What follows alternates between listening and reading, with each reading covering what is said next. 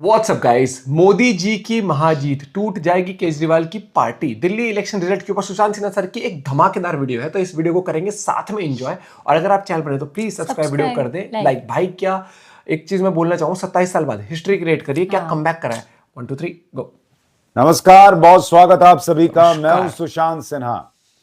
दिल्ली चुनाव के नतीजे आ चुके हैं और बॉस क्या नतीजे आए हैं। एग्जिट पोल जब ऐसे आंकड़े बता रहा था तो लोगों को लग रहा था नहीं यार कैसे होगा क्या होगा, लेकिन नरेंद्र मोदी की महाजीत की खबर है। अरविंद केजरीवाल अपने गढ़ में हार गए हैं और क्या अब अरविंद केजरीवाल की पार्टी टूट जाएगी? आगे केजरीवाल का पॉलिटिकल करियर अब कहां जाएगा? पंजाब में भी सरकार गिर जाएगी क्या? आज बहुत सारे ऐसे प्रश्न हैं। मिल्कीपुर में बीजेपी ने इतिहास कैसे रच दिया? इतिहास रख दिया। वहां क्या हुआ है? यूपी में मोदी योगी ब्रांड कितना मजबूत हुआ है और दिल्ली में बीजेपी की जीत की वजह क्या है? आज आपको सब समझाऊंगा इस वीडियो में। लेकिन आगे बढ़ने से पहले दिल्ली में अरविंद केजरीवाल की हार और बीजेपी की प्रचंड जीत पर आपकी सोच क्या है? जरूर कमेंट करके बताइएगा कि क्यों केजरीवाल की हार हुई। आपको क्या लगता है? आपका कमेंट बड़ा इंपॉर्टेंट है। लेकिन पहले जरा इसको देखिए। अभी तक की जो खबर है, जिस वक्त मैं ये वीडियो बना रहा हूं, बीजेपी 48 सीटों पर आगे है, इसमें से कुछ वो जीत चुकी है। आम आदमी पार्टी 22, कांग्रेस का फिर खाता नहीं खुला है और खाता नहीं खुला। बीजेपी 48 बॉस, ये मैसिव है क्योंकि ये वो बीजेपी है जो 27 साल से दिल्ली में सत्ता से बाहर थी। नरेंद्र मोदी ने इस बार क्या मैजिक किया है आपको बताऊंगा। लेकिन जो लोग ये कह रहे थे 240 सीटें देखने के बाद लोकसभा चुनाव की, अरे मोदी ब्रांड खत्म हो गया, ब्रांड मोदी तो अब खत्म हो गया, मोदी कमजोर पड़ गए। बॉस, हरियाणा, महाराष्ट्र और अब दिल्ली की ऐतिहासिक जीत ने साबित कर दिया है कि मोदी खत्म होने वालों में से नहीं है, मोदी खत्म करने वालों में से। और इसलिए अगर आप देखेंगे कि जो कांग्रेस पार्टी इस वक्त 0 सीट पर है, दिल्ली में 3 बार से उसका खाता नहीं खुला है, उसके लिए ऐसे मीम घूम रहे हैं लोग, सोशल मीडिया पे डाल रहे हैं, जरा जीरो चेक कर लो सर। वो पेट्रोल पंप पे आप जाइए तो लोग कहते नहीं कि पेट्रोल डालने के बाद सर एक बार जीरो चेक कर लीजिए। तो राहुल गांधी को लोग वैसे ही बनाकर मीम में डाल रहे हैं कि वो भी जीरो ही चेक करवा सकते हैं। जिस तरह से कांग्रेस का नंबर आता है, जीरो चेक कर लो सर, ये राहुल गांधी के लिए लोग कह रहे हैं। लेकिन कांग्रेस पार्टी का जीरो इंपॉर्टेंट है या राहुल गांधी पॉलिटिक्स के जीरो साबित हो रहे हैं, ये भी बड़ा प्रश्न है, उस पर आऊंगा। लेकिन उससे पहले आपको दिखाता हूं कि प्रधानमंत्री नरेंद्र मोदी ने बीजेपी की इस प्रचंड जीत पर क्या पहला रिएक्शन दिया है। उन्होंने कहा कि जनशक्ति सर्वोपरि, विकास जीता, सुशासन जीता। दिल्ली के अपने सभी भाई बहनों को बीजेपी को ऐतिहासिक जीत दिलाने के लिए मेरा वंदन और अभिनंदन। आपने जो भरपूर आशीर्वाद और स्नेह दिया है उसके लिए आप सभी का हृदय से बहुत बहुत आभार। दिल्ली के चौतरफा विकास और यहाँ के लोगों का जीवन उत्तम बनाने के लिए हम कोई कसर नहीं छोड़ेंगे, यह हमारी पार्टी की गारंटी है। इसके साथ ही हम यह भी सुनिश्चित करेंगे कि विकसित भारत के निर्माण में दिल्ली की अहम भूमिका हो। मुझे बीजेपी के अपने सभी कार्यकर्ताओं पर बहुत गर्व है जिन्होंने इस प्रचंड जनादेश के लिए दिन रात एक कर दिया।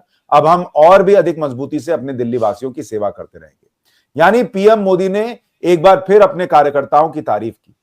एक तरफ जब रिजल्ट आ रहा था तो प्रियंका वाड्रा से किसी ने पूछा कि क्या हो रहा है, कांग्रेस जीरो पे है, आम आदमी पार्टी हार रही है, तो बोली कि हम अभी रिजल्ट देखे ही नहीं, ये 11 बजे के आसपास की बात होगी, ये तो इनका नेतृत्व है। राहुल गांधी का तो अभी कोई रिएक्शन ही नहीं आया, वो अभी शून्य में ही कहीं विचरण कर रहे होंगे कि किस पे आरोप लगाना है। लेकिन अरविंद केजरीवाल का पहला रिएक्शन आया और वो भी सुनना बड़ा दिलचस्प है। उसके बाद बताता हूं कि अरविंद केजरीवाल आखिर ये चुनाव हारे क्यों और क्या आम आदमी पार्टी टूटेगी या नहीं टूटेगी। एक बार केजरीवाल का पहला रिएक्शन हार के बाद। आज दिल्ली के चुनाव के नतीजे आए हैं और जनता का जो भी निर्णय है, जनता का जो भी फैसला है, उसे हम पूरी विनम्रता के साथ स्वीकार करते हैं।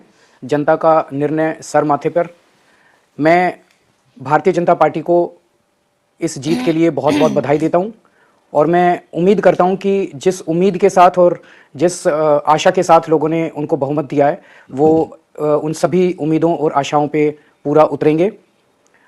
हमने पिछले 10 साल में जनता ने जो मौका दिया हमें, उन 10 सालों में हमने बहुत सारे काम किए। शिक्षा के क्षेत्र में, स्वास्थ्य के क्षेत्र में, पानी के क्षेत्र में, बिजली के क्षेत्र में और भी अलग अलग तरीके से लोगों को राहत पहुंचाने की कोशिश की उनकी ज़िंदगी में, और दिल्ली के इंफ्रास्ट्रक्चर को भी हमने सुधारने की कोशिश की। अब जो जनता ने हमें निर्णय दिया है, हम न केवल एक कंस्ट्रक्टिव ऑपोजिशन का रोल निभाएंगे, बल्कि हम समाज सेवा, जनता के सुख दुख में काम आना, व्यक्तिगत तौर पे जिसको भी जो ज़रूरत होगी, हम लोगों के सुख दुख में हमेशा काम आएंगे, क्योंकि हम राजनीति में कोई सत्ता के लिए नहीं आए। हम राजनीति को एक जरिया मानते हैं जिसके जरिए जनता की सेवा की जा सके, जिसके जरिए लोगों के सुख दुख में काम आया जा सके। वो काम हम करते रहेंगे और हमें आगे भी इसी तरह से जनता के सुख दुख में काम आना है। मैं आम आदमी पार्टी के सभी कार्यकर्ताओं को बहुत बहुत बधाई देना चाहता हूं। वो बहुत शानदार चुनाव लड़े, बहुत मेहनत की, उन्होंने बहुत कुछ सहा इस पूरे चुनाव के दौरान। उन्होंने बहुत शानदार चुनाव लड़ा, इसके लिए मैं उन सबको, सभी कार्यकर्ताओं को बहुत बहुत बधाई देना चाहता हूं। ये अरविंद केजरीवाल का पहला रिएक्शन। इसमें कम से कम इतना दिखता है कि अरविंद केजरीवाल कांग्रेस एंड टीम की तरह ईवीएम पे का रोना नहीं रो रहे हैं, चुनाव आयोग पे ठीकरा नहीं फोड़ रहे हैं, और एक सधे हुए नेता के तौर पर उन्होंने जिम्मेदारी ली कि भाई हम हार गए हैं और हम पब्लिक के लिए काम करेंगे, एक अच्छे ऑपोजिशन की भूमिका निभाएंगे। यहीं से अरविंद केजरीवाल राहुल गांधी की पॉलिटिक्स से अलग हो जाते हैं। उनको समझ में आ रहा है कि भाई पब्लिक का सेंटिमेंट मेरे साथ नहीं है, यहां से कोर्स करेक्शन करना पड़ेगा, और ईवीएम का रोना रोने और चुनाव आयोग ने ये कर दिया वो कर दिया, अब इसका टाइम गया। अब और इसको बोल के भी कोई मतलब नहीं, क्योंकि उनको पता है कि ये सच्चाई नहीं है। इसलिए उन्होंने बहुत शालीनता से कहा कि भाई मैं स्वीकार करता हूं। मनीष सिसोदिया भी 600 वोट से आ रहे हैं, लेकिन उन्होंने किसी पे ठीकरा नहीं फोड़ा कि भाई इसकी वजह से हो गया, उसकी वजह से हो गया। खैर, आज देखिए हुआ क्या। अरविंद केजरीवाल अपना चुनाव हार गए, सत्येंद्र जैन हार गए, मनीष सिसोदिया हार गए। आप देखिए कि तीनों बड़े नेता जो जेल गए थे वो सब अपना चुनाव हार गए। तो कई लोगों का यह भी मानना है कि भाई ये जो करप्शन के आरोप लगे उसका डेंट लगा अरविंद केजरीवाल पर। एक बड़ी वजह यह रही कि अरविंद केजरीवाल की हार हुई है। दूसरी एक बड़ी वजह जो लोग मानते हैं कि भाई इस बार बीजेपी ने एक बड़ा स्ट्रैटेजिक तौर पर गेम खेला और उन्होंने ये किया कि वो भी फ्रीबीज लेकर चले आए। अब इसके लिए बीजेपी की आलोचना हो सकती है, लेकिन बीजेपी का कहना था कि भाई हम इसलिए लाएं क्योंकि लोकसभा में तो हम 7 की 7 सीट जीत जाते हैं, यहां केजरीवाल जो है वो हमको बार बार जबरदस्त हरा देते हैं क्योंकि उनके पास फ्रीबीज है, हमारे पास फ्रीबी नहीं होता। तो बीजेपी फ्रीबी लेकर आई, कांग्रेस और बड़ी फ्रीबीज लेकर आई। तो पब्लिक के सामने केजरीवाल की मुफ्त की योजनाएं, कांग्रेस की मुफ्त की योजनाएं और बीजेपी की मुफ्त की योजनाएं थी। बीजेपी को बड़ा फायदा हो गया ब्रांड मोदी का, मोदी है तो मुमकिन, क्योंकि जो झुग्गी झोपड़ी में रहने वाले लोग हैं से लेकर मिडिल क्लास तक हर किसी को मोदी है तो मुमकिन है इस नारे पर भरोसा है। इसलिए मुफ्त में तो सब दे रहे थे, लेकिन कौन वाकई में सुधार भी करेगा, बेहतर सेवा देगा, मुफ्त में देगा या नहीं देगा, इसकी गारंटी नरेंद्र मोदी का नाम बन गया। और इसीलिए अब मैं कह रहा हूं कि ब्रांड मोदी आज भी इंटैक्ट है, जो ब्रांड केजरीवाल पर भारी पड़ गया जब फ्री की सेवाएं या दूसरी सेवाएं देने की बात आई। लोगों को यह भी लगा कि भाई कांग्रेस को 15 साल ट्राई किया, अरविंद केजरीवाल को 10 साल 11 साल देख लिया, अब सेंटर और दिल्ली में एक सरकार रखकर देख लेते हैं तो कितना बीजेपी कैसा काम करती है, सड़कें बनती है नहीं बनती हैं, नालियां साफ होती हैं या नहीं होती हैं, यमुना साफ होती है या नहीं होती है। और बीजेपी अगर यमुना साफ कर देगी तो ये बहुत बड़ी बात होगी। तो इस पूरे चुनाव में मुझे लगता है ब्रांड मोदी बड़ा फैक्टर रहा है, क्योंकि नरेंद्र मोदी जहां जहां चुनाव प्रचार करने भी गए दिल्ली में, वो सारी सीटें बीजेपी ने जीत ली है, और राहुल गांधी जहां जहां प्रचार करने गए वो सारी सीटें कांग्रेस जो है वो हार गई है। तो अपने आप में दिखाता है कि दोनों नेताओं में कितना बड़ा फर्क है, डिफरेंस। दूसरा एक बड़ा अंतर जो मुझे लगता है कि ये भ्रष्टाचार का आरोप लगा केजरीवाल पर, वो तो है ही। शीश महल का बड़ा इंपैक्ट रहा, क्योंकि अरविंद केजरीवाल की छवि एक ऐसे नेता की थी जो पॉलिटिक्स बदलने आए थे।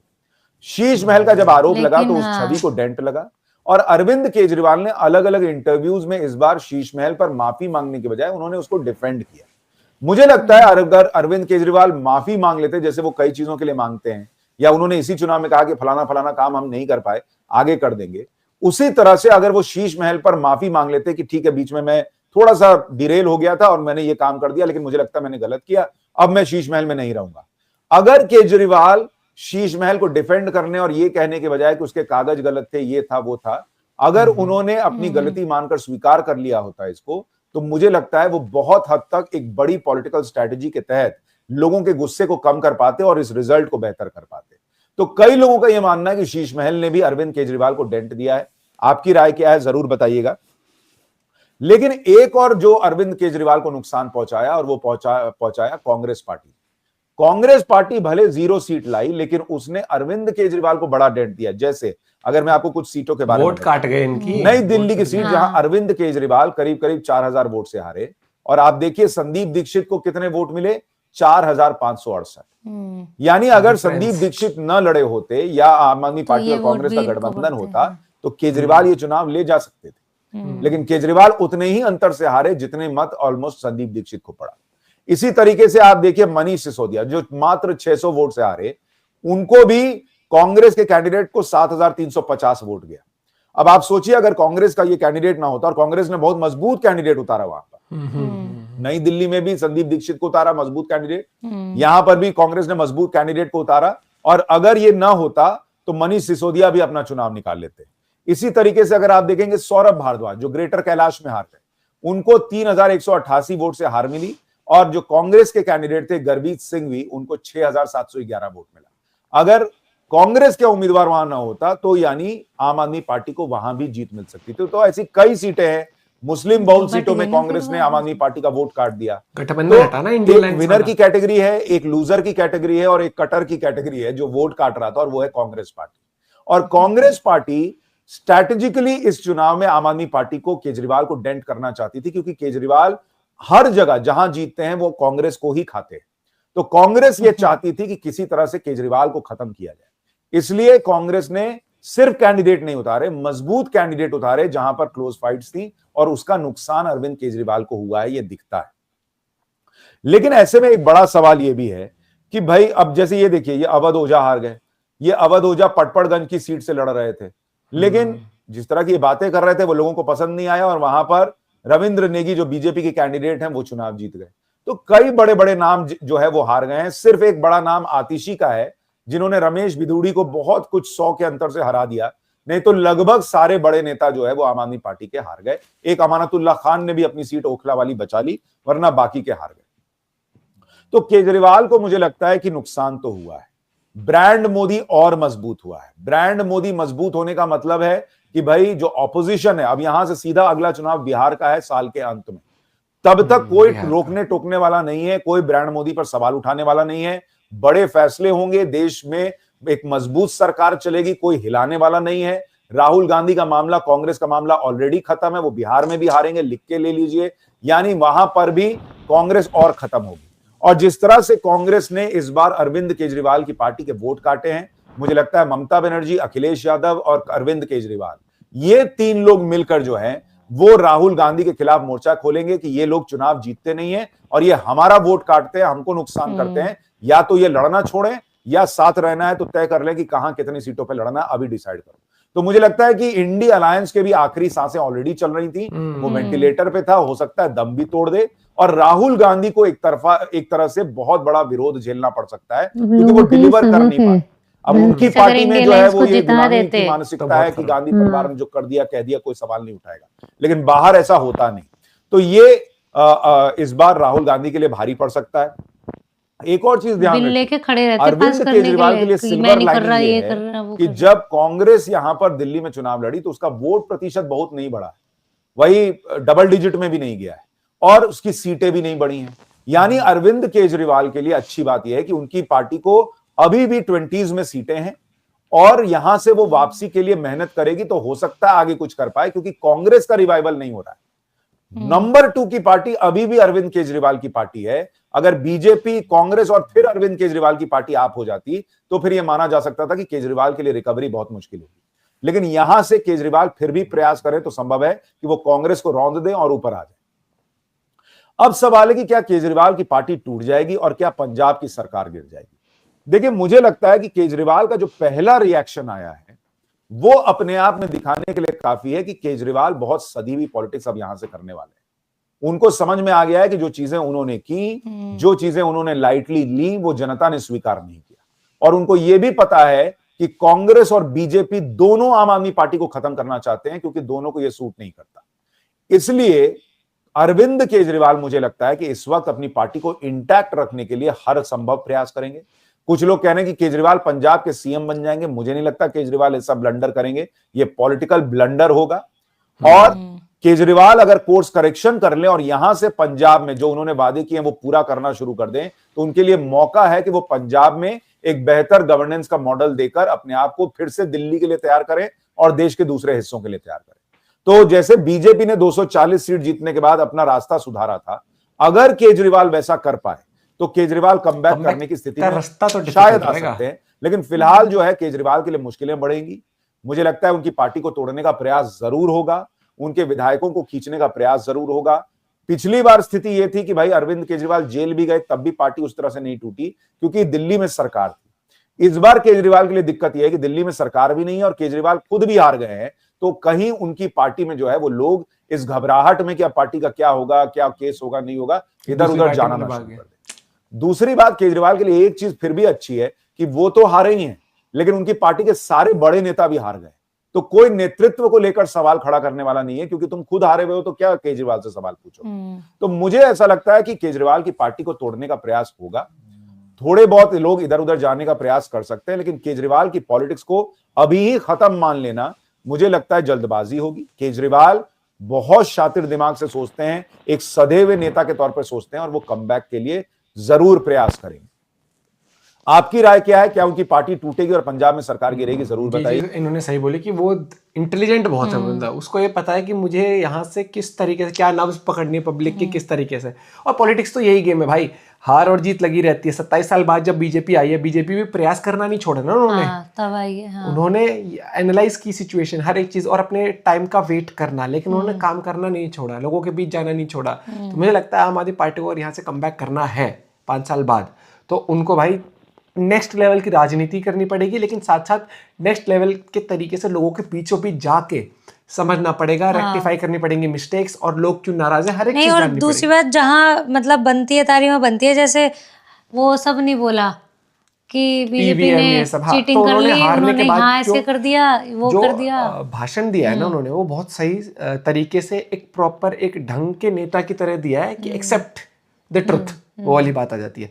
लेकिन हाँ, चैलेंज तो है बीजेपी के सामने भी है कि आप अब आए हो 5 साल में, जितनी मतलब जो 10-11 साल में और उससे पहले 15 साल में जो कांग्रेस जिस तरीके से काम करती थी, आप उनसे कितना हट के पॉलिटिक्स कर सकते हो, कितना हट के बेटर लोगों के लिए कर सकते हो, कितनी फास्ट पेस तरीके से आप डेवलपमेंट ला सकते हो, छोटी छोटी चीजें। क्योंकि देखो, डेवलपमेंट तो दिल्ली में है, लेकिन दिल्ली में ओवरऑल अगर बात करो, कॉलोनीज हो गई, सेक्टर्स हो गए, उनमें आप किस तेजी से लोगों की जो समस्याएं हैं उनका समाधान कर सकते हो।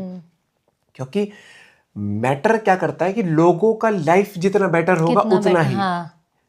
और मुझे लगता है कि सेंटर और स्टेट में एक सरकार होने का बहुत फर्क पड़ जाता है, तो यहाँ पर प्लस पॉइंट है बीजेपी के पास। लेट्स सी बीजेपी किस तरीके से, किस मतलब गियर में गाड़ी डाल के खींचती है मीटर, ये आराम आराम से करेंगे या फिर सीधा फास्ट पे देने का कि भैया लो, कल से फाइल लाओ, तैयार करो, काम शुरू।